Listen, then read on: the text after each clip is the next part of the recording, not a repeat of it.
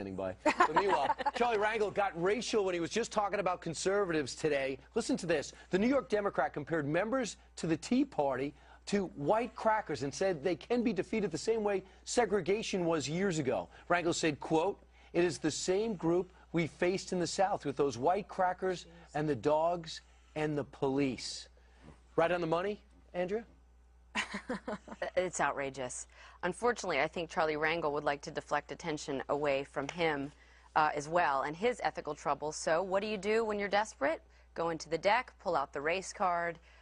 It's pretty shameful, especially if he really knew the meaning of the word. But I think he does. And he knows that he's never going to get called on the carpet for it. And he also goes on to say House Republicans have done more damage to the American competitiveness than al-Qaeda would ever do. What is happening is sabotage, Dana. I think that he's noticed that all these other grown men were getting attention this week for fighting amongst one another and saying outrageous things, so he wanted to up the ante and get more attention by saying something that it's just so, it's preposterous. But this, even though he's a marginalized, sullied congressional figure, isn't this outrageous that he's getting a pass on this? See, we're in error. See that lower third there, that little banner says Rangel's cracker? I'm under the impression it's supposed to be cracker.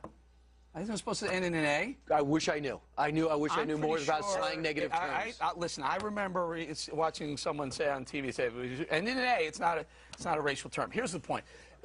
Charlie Rangel is talking like this when he really should be focusing on black unemployment. Unemployment numbers came out today. Black unemployment, young people, young blacks are unemployed at a rate of 41.2%.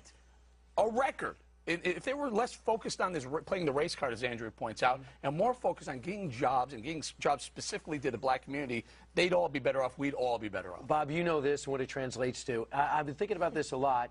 Is he talking less about Tea Party? Is he saying the Tea Partiers are standing up to what they're doing in the House by policy and making the president's term bad? Is that racial by standing up to the president and his agenda? I don't know who. I've known Charlie a long time. It's hard for me to keep up with who Charlie's referring to, but I will say this. There was a story, one isolated story about a Tea Party gathering where there was some racial things said. It was best to keep that one alone because there's been no evidence that there's been rampant racism in the Tea Party movement. And if I were Charlie, I'd be very careful about saying those things. And let me ask him, why is he sticking up for the president? The president told him to quit. Can we talk about it? That's great.